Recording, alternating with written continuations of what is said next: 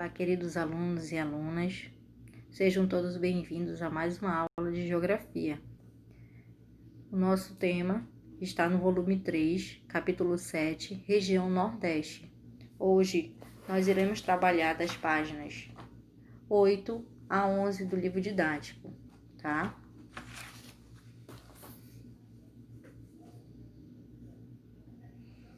Na página 8 do livro didático de vocês, nós temos primeiramente, o Organiza as Ideias. Realize as devidas relações entre as características predominantes ligadas às sub-regiões destacadas.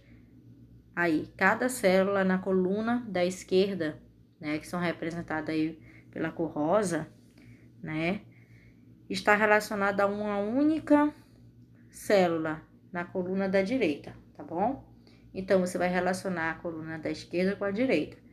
Eu já deixei respondido para que vocês consigam saber qual seria o tipo de vegetação, tá? Bom, a zona da mata possui vegetação litorânea. O meio norte possui mata dos cocais. O sertão tem como característica clima tropical semiárido e o agreste ele é uma transição entre o sertão e a zona da mata, tá bom? Bom, hoje nós vamos falar sobre um pouquinho aí sobre indústria e também agropecuária da região Nordeste, tá? As mudanças sociais e econômicas que vêm ocorrendo no Nordeste se manifestam principalmente no desenvolvimento das atividades econômicas. Nos últimos anos, tanto a indústria quanto o setor agropecuário têm passado por significativas mudanças. A agricultura esteve presente no perfil econômico nordestino desde seu passado colonial, quando era marcada pelo desenvolvimento do cultivo aí da cana-de-açúcar, tá?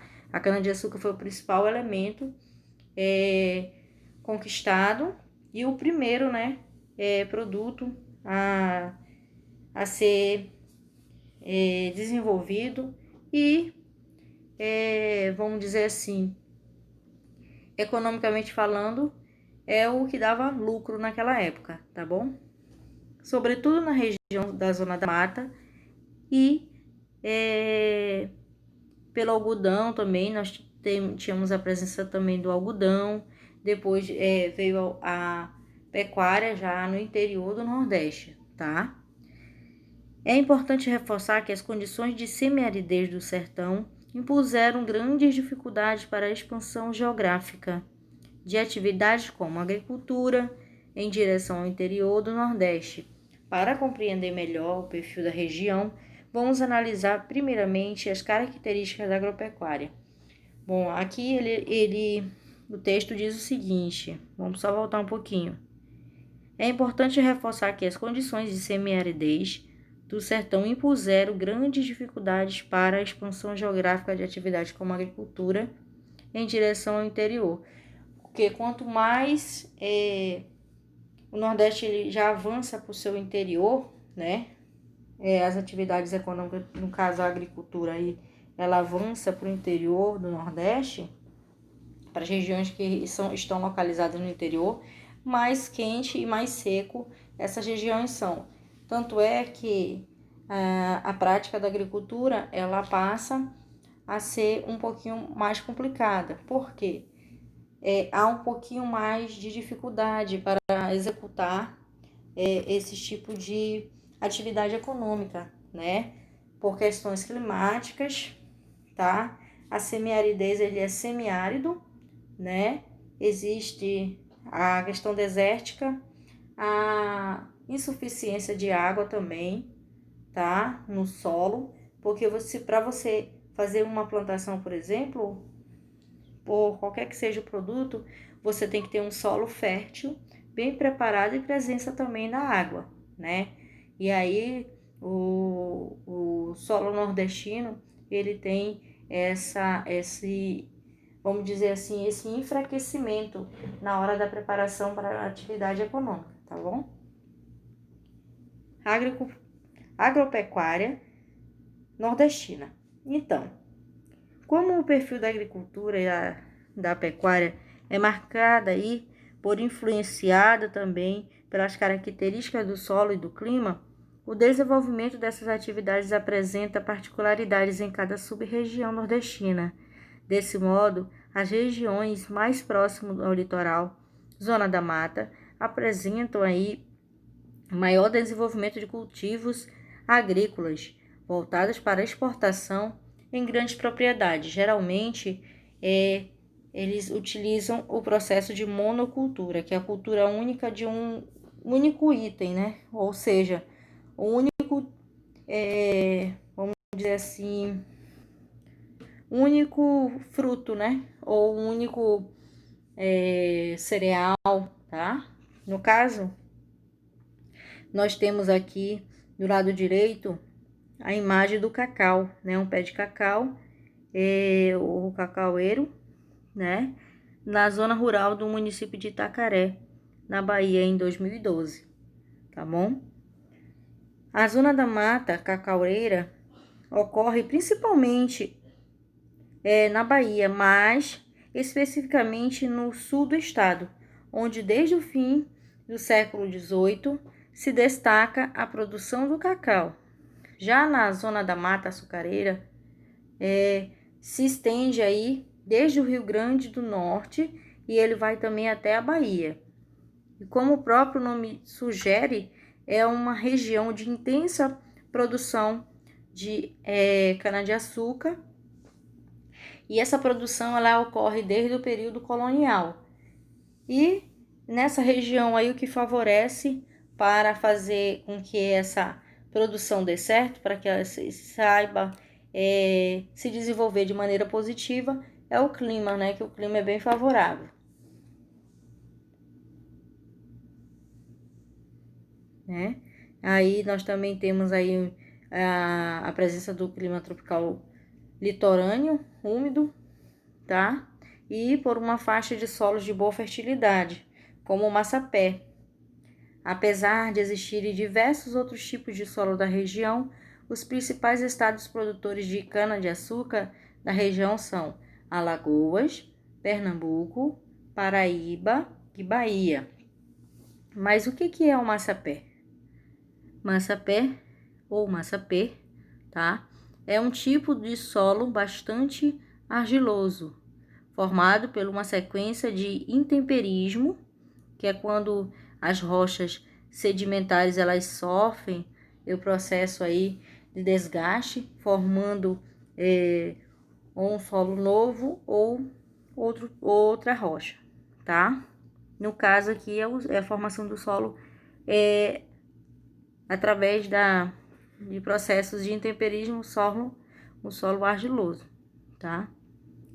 O nome massapé supostamente deriva de amassapé, pelo fato de ser excessivamente pegajoso, porque grudava-se nos pés. Então, esse é o nome do tipo de solo desta região.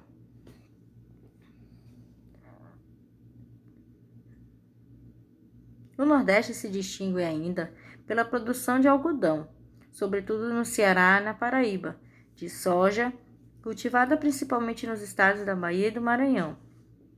Em áreas pouco irrigadas do interior nordestino, predominam cultivos de subsistência em pequenas propriedades, com destaque às famílias, né, os familiares aí.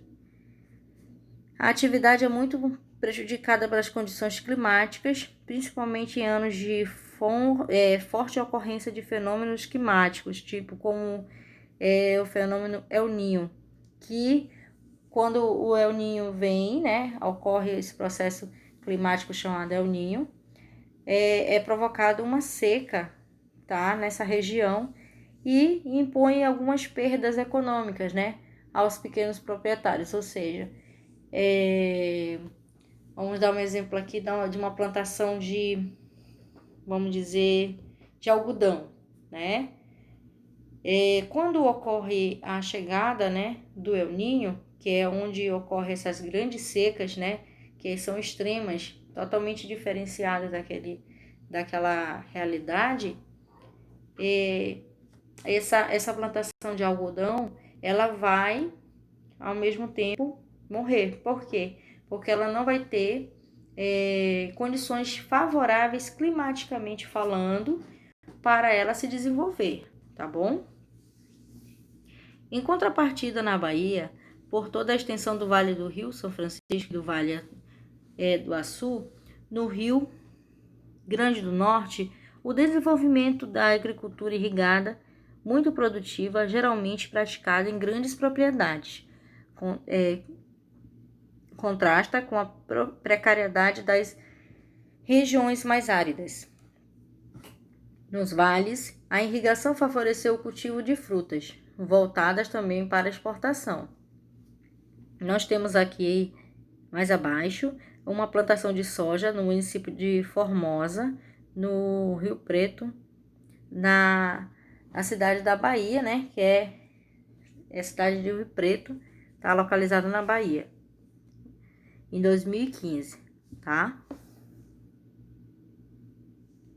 Bom, já a pecuária nordestina, ela se destaca aí pela criação de diversos rebanhos, conforme mostra esses gráficos aí, tá? Os principais rebanhos do Nordeste em total de cabeças em 2016. Aí nós temos os caprinos, tá? Os ovinos, né? E também a presença dos bubalinos, tá?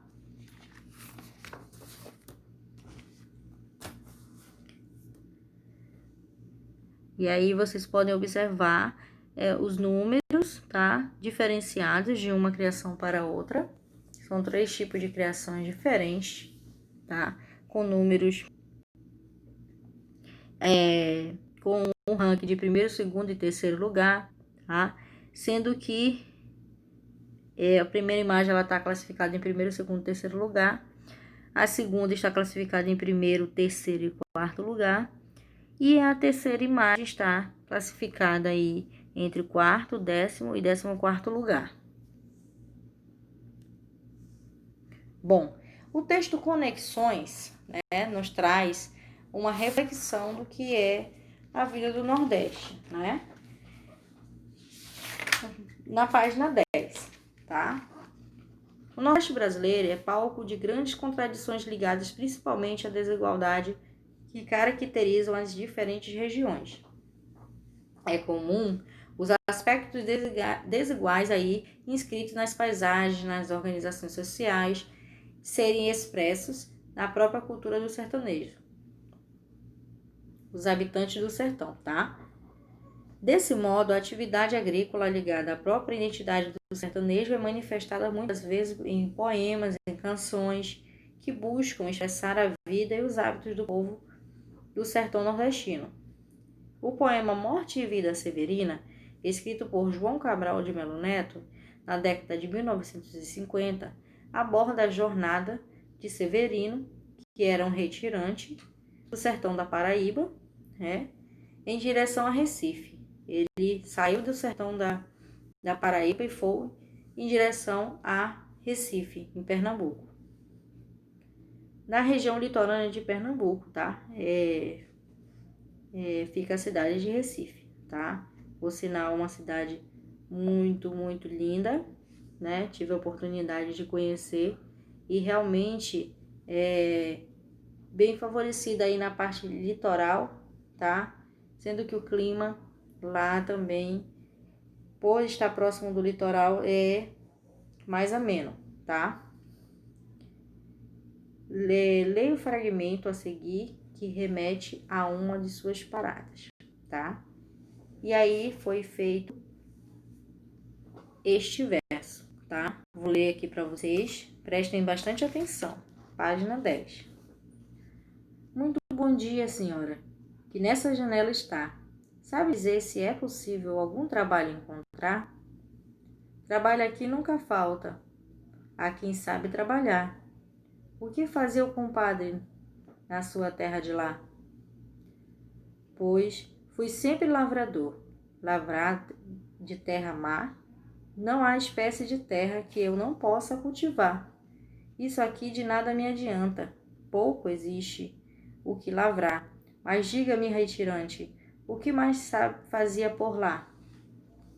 Conheço todas as roças que neste chão podem dar o algodão, a mamona, a pita, o milho, o caroá, tá bom? Esses roçados o banco já não quer financiar. Mas diga-me, retirante, o que mais fazia lá? Sei também tratar do gado, entre urtigas pastorear, gado de comer do chão ou de comer ramos do ar. Com a vinda das usinas, há poucos engenhos já. Nada mais o retirante aprendeu a fazer lá? Ali ninguém aprendeu outro ofício, ou aprenderá, mas o sol, de sol a sol, bem se aprende a suportar. Mas isso, então, será tudo em que sabe trabalhar? Vamos, diga, retirante, outras coisas saberá? Deseja mesmo saber o que eu fazia lá, por lá, né? Comer quando havia o que, e havendo ou não havendo, aí trabalhar, né? Então é uma vida de um sertanejo, né? Simples, em que passava momentos de muita seca e extremas sofrimento através da questões climáticas que influenciavam aí diretamente na produção e no cultivo, né? E aí quando ele fala assim, deseja mesmo saber o que eu fazia por lá? Comer quando havia o que né? Quando havia alimento, ele se alimentava ou não, tá? Mas ele sempre ficava a trabalhar, porque sempre permanecia com a esperança de que dias melhores viriam, né?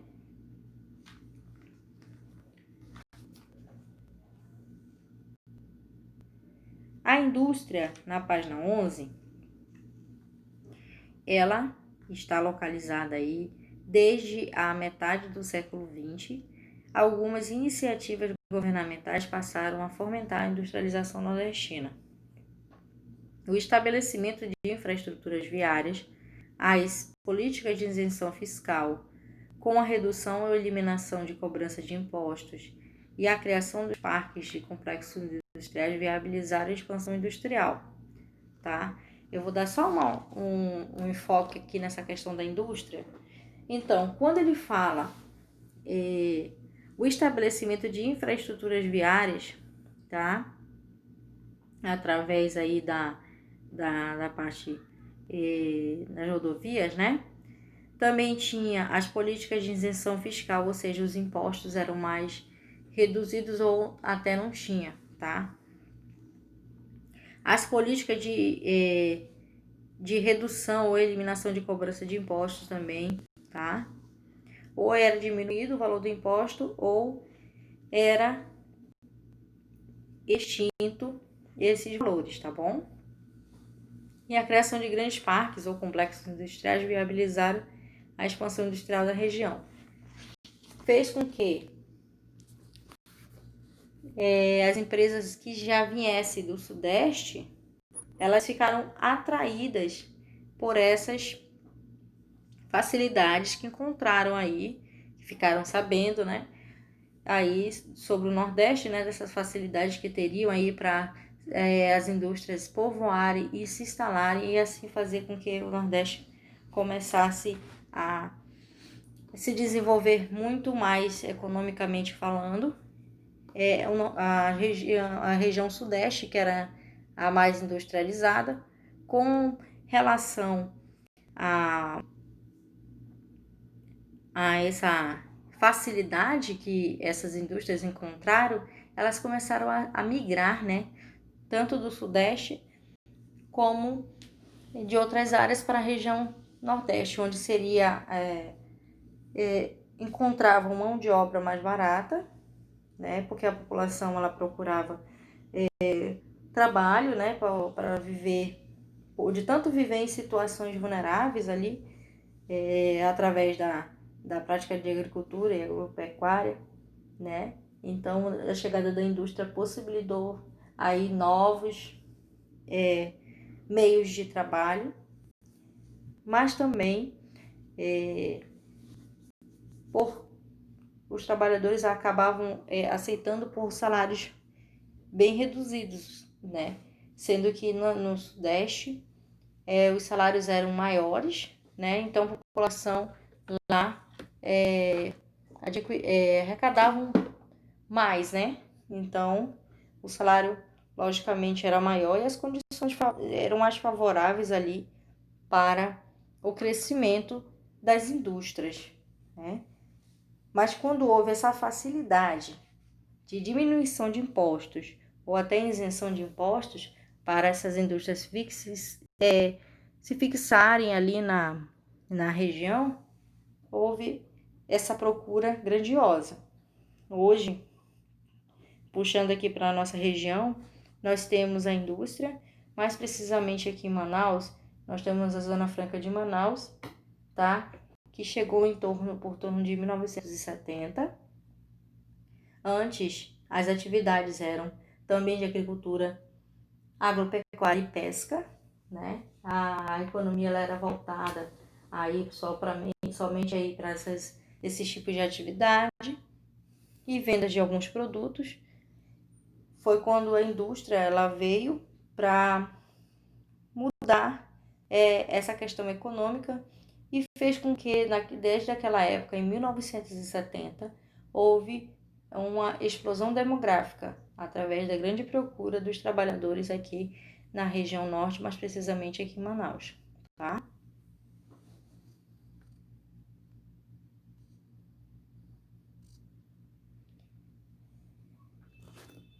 As regiões metropolitanas de Salvador, Recife, né? Salvador, Bahia, Recife, Pernambuco, Fortaleza, Ceará, configura-se como significativas regiões industriais. Na região metropolitana de Salvador, nós temos o município de Camaçari, considerado um importante polo petroquímico. Há também um centro industrial de Aratu, localizado nos municípios de Simões Filho e Candeias, que também desempenha um importante papel, dispondo inclusive de um porto, tá? Ele tem um porto próprio. E como eu estava falando para vocês logo no início, em Recife lá é uma região litorânea e ela fica às margens do mar também, tá? E ela tem o porto dela próprio, tá? A região metropolitana de Recife também é vista como um polo de desenvolvimento tecnológico, com a presença de indústrias metalúrgicas e petroquímicas. Na região metropolitana de Fortaleza, o distrito das indústrias de Maracanaú conta com a formação de um grande complexo de indústrias têxteis de fiação e tecelagem, tá? Eles se especializaram aí na questão da fabricação de tecidos, tá? Houve também investimentos na melhoria do sistema de transporte. Os principais portos do Nordeste são Suape, no Pernambuco, Itaqui, em São Luís, Maranhão, capital do Maranhão, tá? E Aratu, na Bahia. Suape é o maior porto de movimentação de cargas do Nordeste. Nele, há grande fluxo de contêineres e de petróleo. O porto de Itaqui se distingue aí pela movimentação do petróleo ou de soja, tá? Já o Aratu movimenta grande quantidade de petróleo e produtos químicos orgânicos.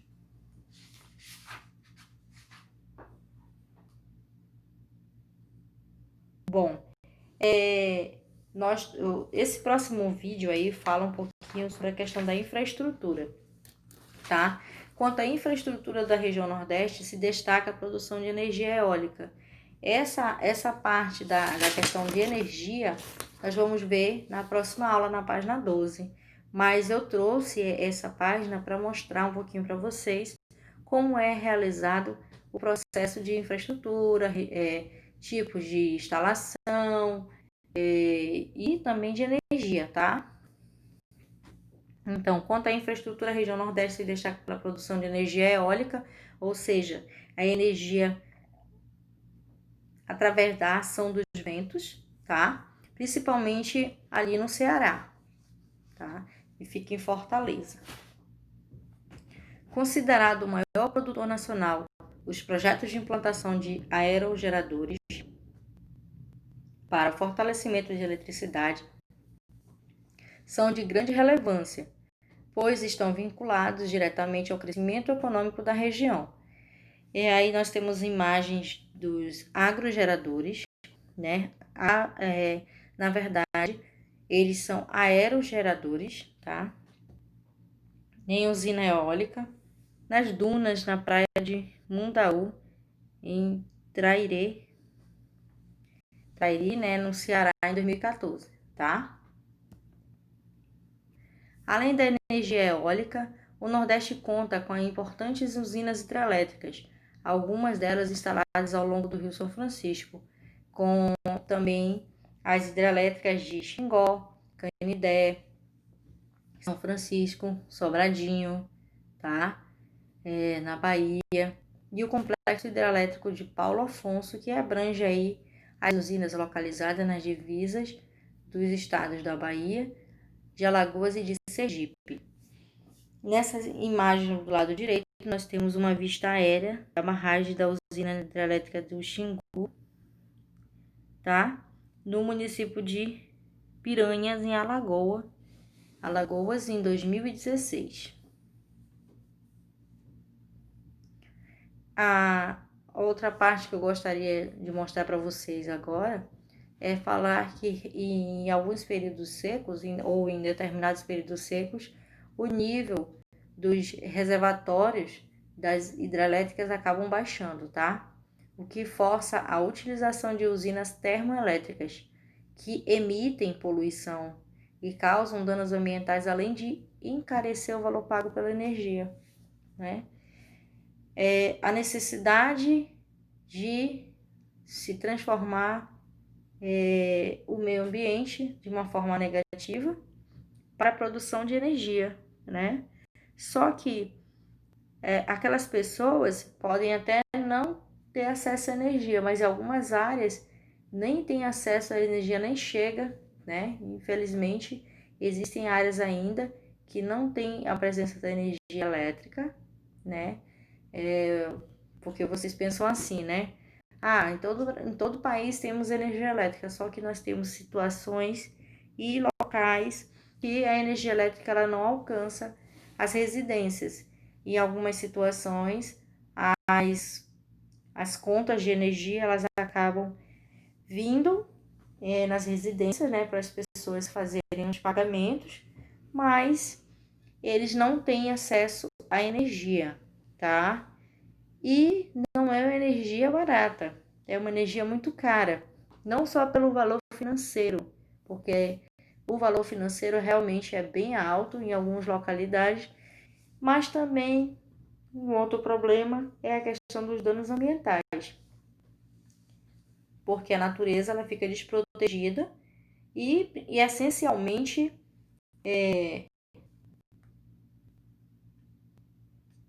à mercê de situações de dificuldade mesmo para a sua estabilidade, para a sua própria produção natural e principalmente pela sua subsistência. E nessa imagem também, do lado da imagem, diz o seguinte: uma solução eficiente seria e menos impactante, ou seja, uma solução que causasse menos impacto ambiental, tem sido adotada no Nordeste, que são nos últimos anos, tende a expandir no futuro, né? Que são as usinas eólicas, que são aquelas usinas que fazem a produção de energia através da ação dos ventos, né? Então, a promessa de crescimento dessa produção de energia eólica, né, faz com que aquela população local ela tenha a esperança de diminuição de impactos ambientais e de melhor qualidade de vida, né, pessoal? Bom, meus amores, Essa imagem é da usina termoelétrica próximo do Porto Itaqui, em São Luís, Maranhão, 2012. Eu vou finalizar nossa aula aqui, nosso vídeo, tá? Lembrando que se vocês tiverem alguma dúvida, estarem no privado, tá? Realize as atividades e envie as fotos, tá? E é importante que vocês participem da nossa aula, porque nós temos nota de participação também, tá bom? Não é só avaliação nem trabalho, não. É tudo somatório, tá bom? Obrigado pela atenção. Continue os estudos de vocês. Leiam com atenção as questões para que vocês possam responder, tá bom?